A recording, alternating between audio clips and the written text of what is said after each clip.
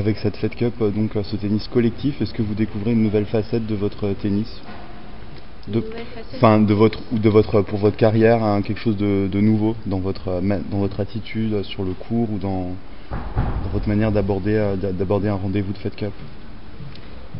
Je me suis toujours bagarrée, quoi qu'il arrive, dans n'importe quelle circonstance. J'ai toujours eu la volonté de donner le maximum dans tout ce que je faisais, que ce soit sur ou en dehors sur le terrain ou en dehors.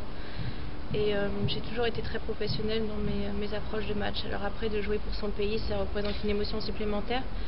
Mais je crois que, en tout cas, la façon dont j'ai géré ma carrière depuis plus de 12 ans m'aide aujourd'hui dans ces grands rendez-vous à répondre présente et à faire simplement la même chose.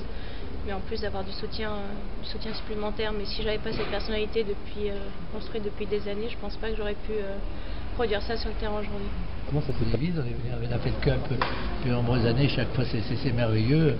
Il y a l'équipe de Jean-Pierre Dartevel, le président de la Ligue, qui est maintenant mon vice-président délégué.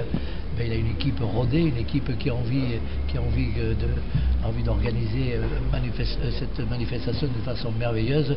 C'est ce qui se cache, c'est rodé, ils sont gentils, sympathiques, et ils veulent que l'épreuve se déroule de la meilleure façon possible.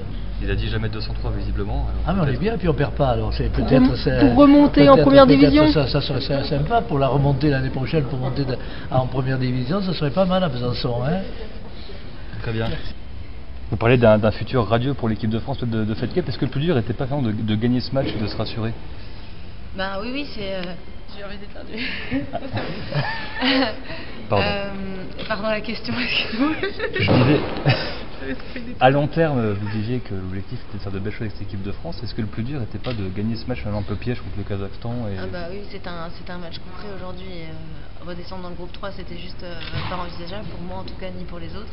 Maintenant, le plus dur reste quand même à venir. On a beaucoup de belles équipes dans le groupe 2, dans le groupe 1. Mais je pense que nous aussi, on a une belle équipe. Et voilà, est-ce que le plus dur est à faire ou est déjà fait? J'en sais rien. Mais en tout cas, le plus beau est à venir. Amélie, des sourires, c'est la fête?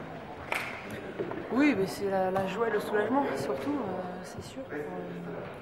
Une rencontre coup près, comme on l'avait dit, on n'envisageait pas autre chose qu'une victoire finalement, et on a été, voilà, on a fait le boulot, entre guillemets, elles ont fait le boulot, surtout. Et puis, c'est ce que je dis, on est dans notre objectif de cette année. On a fait mieux, on a fait moins bien, on est dans ce qu'on s'était dit. On aurait aimé évidemment avoir un premier tour peut-être un peu plus facile pour pouvoir viser autre chose, mais en tout cas, voilà, on peut voir la suite avec un petit peu plus de sérénité.